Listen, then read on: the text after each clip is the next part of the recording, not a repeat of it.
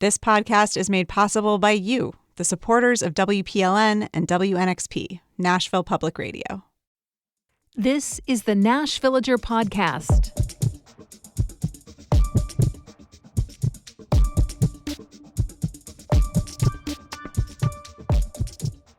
It's November 21st, 2025. On this day in 1974, Congress strengthened the Freedom of Information Act in a significant way, overriding President Gerald Ford's veto. If you heard the episode from earlier this week about Nixon saying, "I am not a crook," this measure passed almost exactly a year after that. And in fact, it was a year to the day after it had become clear that there were more than 18 minutes missing from the White House phone recordings. In other words, the American people had gotten a real education in the importance of being able to get to the bottom of things, and in the ways that powerful people sometimes try to hide and cover up what really happened. They didn't want it to happen again. And so these changes to the Freedom of Information Act made it harder for officials to reject requests for access to the materials that show what's really happening. The changes did a number of things. For one, they shifted the burden of proof for opening up records when there's a disagreement over what should be shared. Instead of it being up to the person requesting to make the case for why they should have access, those amendments said it's up to the government to defend any decisions to keep things private. The other really big deal was that, in several ways, the changes opened up things when it comes to judicial review of what's going on in the executive branch. I'm Nina Cardona, and this is your daily digest of what's happening around Middle Tennessee with historical context from Nashville Public Radio, WPLN News. The Freedom of Information Act, or FOIA, is something that comes up in the WPLN newsroom all the time, along with a state-level equivalent, the Tennessee Public Records Act. For certain beats, like criminal justice, I'm not sure you can do the job as a reporter without regularly filing FOIA requests for government documents. Now, those laws are specifically about access to government documents, but in some cases, things that are gathered in government investigations or used as evidence in court cases can be requested, or as we often say, FOIA'd. Not always, but sometimes.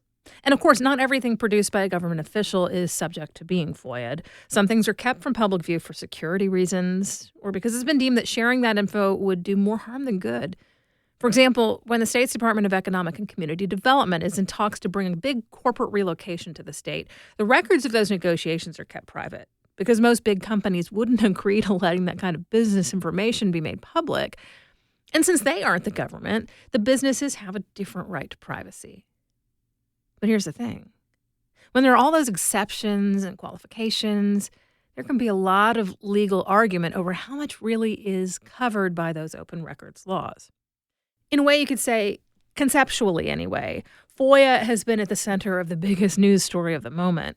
I mean, when folks talk about releasing the Epstein files, they're saying that information needs to be freely available to the public, which is what FOIA is all about. And how much that law, or the state version, applies to the writings left by the assailant in the Covenant School shooting has been at the heart of a legal wrangle. In that case, one judge, after reviewing the writings herself, ruled that those documents don't belong to the government. What's more, she indicated that it isn't in the public good to share them. And that decision's being appealed. But when I was looking up information about those FOIA amendments that were adopted after Watergate, I was struck by the judicial review element. You see, that's essentially the sticking point right now in the fight over how much information the Tennessee Department of Corrections should be sharing about how executions are carried out. There are several lawsuits at play right now. One is a suit specific to the case of the next man scheduled for execution. That's being heard in Knoxville. Another, playing out in Davidson County, was filed on behalf of a group of people on death row. And a third case, which is related but different, was brought last month by a coalition of media outlets, including WPLN. All three, in one way or another, say the people bringing the suits have a right to know more about how executions are carried out. Bottom line, whether it's the people who are going to be subject to it or the reporters who observe those deaths, in all of these suits, they're making the case that the only way to be sure executions in the state comply with the Constitution, the laws governing the death penalty, and the state's own protocols is to have a certain amount of information.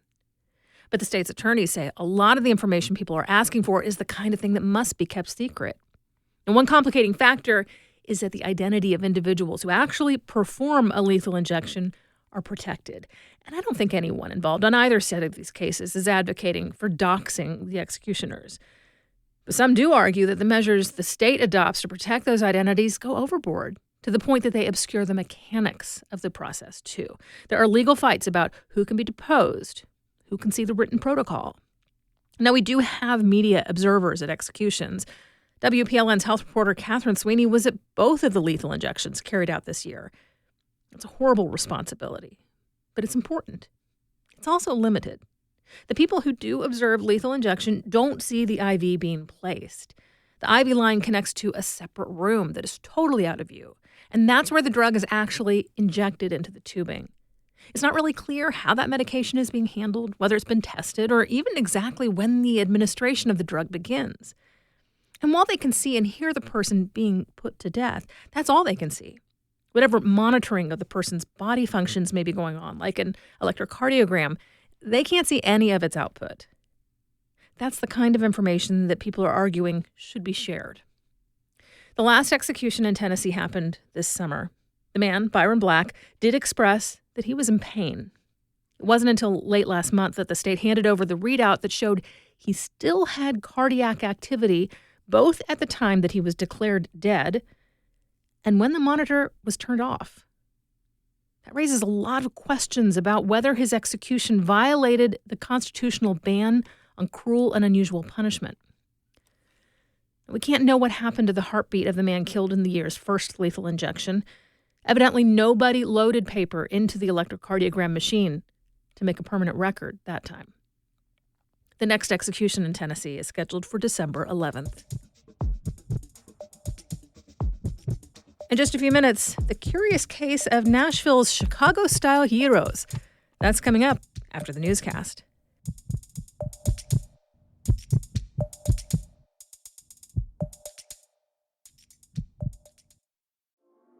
Best journalism in the nation. That's an apt description for a lot of what you hear on WPLN News. The proof this spring is in the array of journalism awards coming in. The Supermajority podcast won 3 national contests. Our investigative reporting, partnered with ProPublica, was named some of the best education coverage in the country. And for arts and culture, This Is Nashville and our music journalism are being honored on the national stage. We're proud, and you can be too. Here's the latest from WPLN News. Vanderbilt Life Flight is now resuming operations. The emergency rescue and medical transport team grounded all of its helicopters after a fatal crash earlier this month that killed a nurse. A social media post from Life Flight says they performed extensive checks to make sure it was safe to fly again.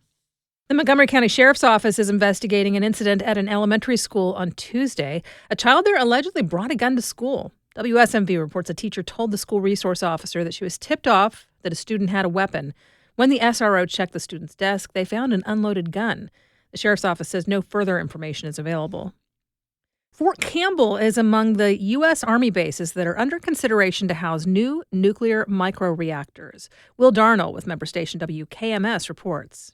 The Army launched the Janus program last month, which aims to use nuclear reactors to cut reliance on commercial energy sources. Fort Campbell is one of 9 sites the Army is considering to build commercial microreactors. Those produce much less energy and waste compared to typical nuclear reactors. Microreactors can also operate independently from the electric grid. There's currently no timeline for when the locations of these reactors will be finalized, but Army officials say they want to maximize the number of bases that can house these projects.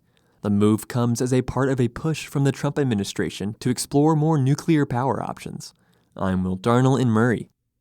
That story came to us from the Appalachia Mid-South newsroom. Now that the federal government is back open, several states restarted food stamp payments.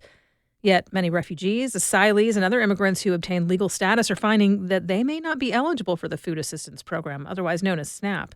Under federal law, non-citizens, such as individuals granted asylum or humanitarian parole, are eligible for food assistance as soon as they obtain lawful permanent resident status. One Nashville refugee group says its clients are still worried. Obtaining a green card can take a year, even when refugees come to the country legally. During the shutdown, the Trump administration denied fully funding the benefits, but the Agriculture Department directed states to issue partial benefits. Immigrant rights groups say that the new guidance wrongly treats several groups as ineligible because the department's directive is confusing. The New York Attorney General has asked the federal department to correct the mistakes immediately. Metro has reached an agreement with the Tennessee Performing Arts Center to build a new venue as part of Nashville's East Bank redevelopment. And more details are beginning to emerge, including, as WPLN's Cynthia Abrams reports, what it will cost. There's no doubt that it's a pricey venture. The state has dedicated $500 million to the project, contingent on TPAC also raising private money. But the deal's holdup actually came down to the part Metro is responsible for, the infrastructure. Because the East Bank, that is the sea of concrete around the Titan Stadium, is really being built from the ground up.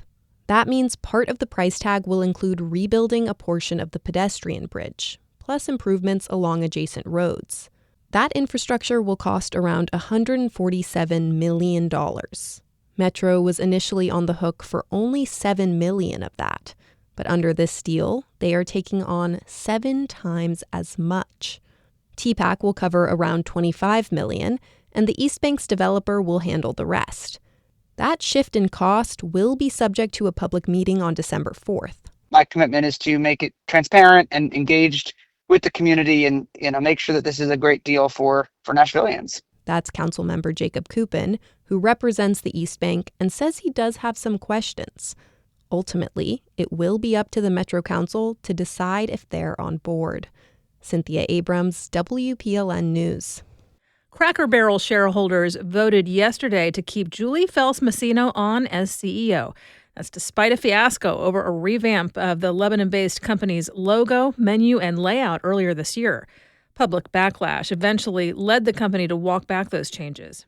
While Massino will stay on, a company director tasked with reviewing the company's advertising resigned from the board amid expectation that he would not be reelected. Cracker Barrel has said its scuttled update plans could hurt its sales into next year. The restaurant and gift shop has also seen its stock price fall by roughly half in recent months. You'll find more news anytime at WPLN.org.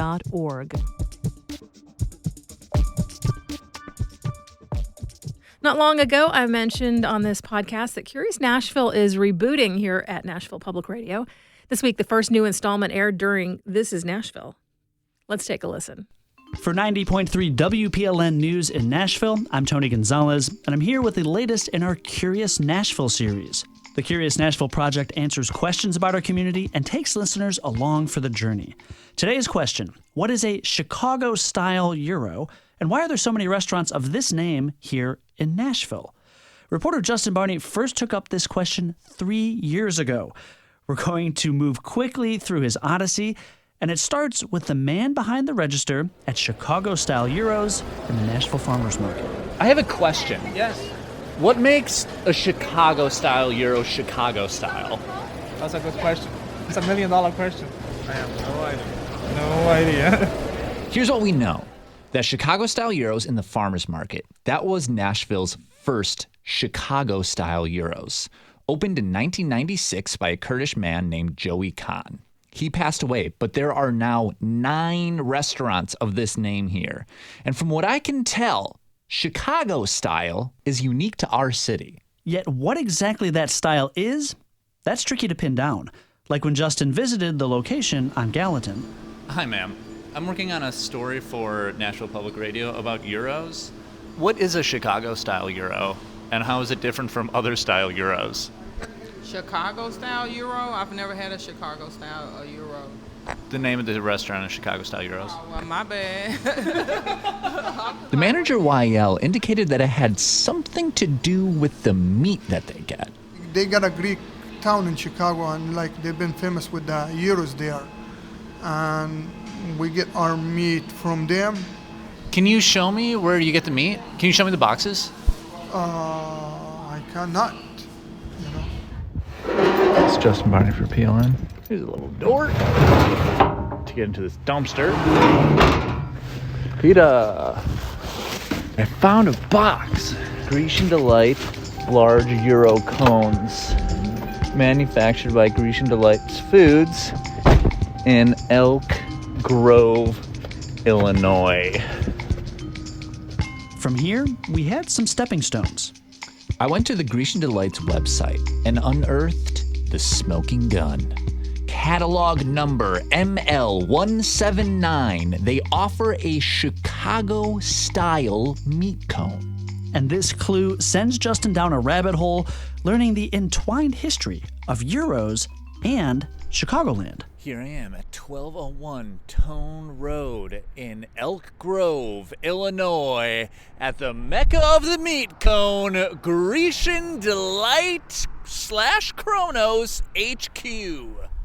The history starts in 1974 when a couple in Milwaukee and a man in Greektown in Chicago cooked up a scheme to mass produce the meat cone. That man was Peter Parthenis. I was born in a small village of about 1,200 people in the western part of Greece. It was 1945 when I was born. I said, I'm going to be an engineer in America. I have ambition to build a company. Parthenis would more than achieve this dream, forming the world's biggest supplier of gyro meats and shaping what goes into them. At the beginning, it was the Athenian gyros. When that became expensive to produce, we had to come up with another formula, less expensive, and we said, well, let's call it Chicago Style Gyros. That's interesting. And so that's it. By mass producing the gyro, Parthenis created a pathway for anyone to create a restaurant. All they needed was a little bit of space, a rotisserie, and a 30-pound box of Grecian Delight Chicago-style gyros. There are thousands of restaurants now. Right. We didn't build the restaurants for them. We just consulted what it takes to sell gyros in your restaurant. Our people were trained to help these people set up gyros restaurants because that's the heart of our operation. When Joey Kahn rented space in the Nashville Farmers Market in 1996, he called up Grecian Delight.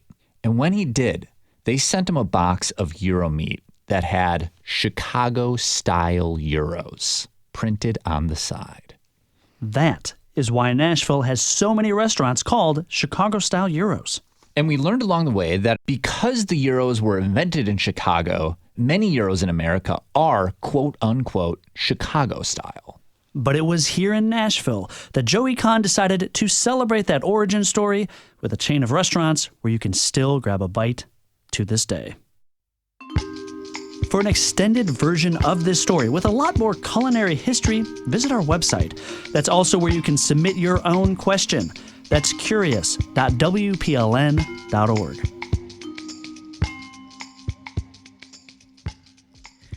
We do this roundup of Nashville news every weekday, so subscribe in your favorite podcasting app to make sure you never miss an episode. And if you like this, you'll probably enjoy the Nashvillager newsletter, too. You'll get perspective from more of my colleagues at Nashville Public Radio and links to the stories we're following. Sign up for those daily emails at WPLN.org/Nashvillager. And you'll hear from some of my colleagues next week as I take some personal time off around the Thanksgiving holiday. You'll be in good hands with Blake Farmer and Tony Gonzalez. Thanks so much for listening. Let's make this day a good one, and we'll catch back up soon.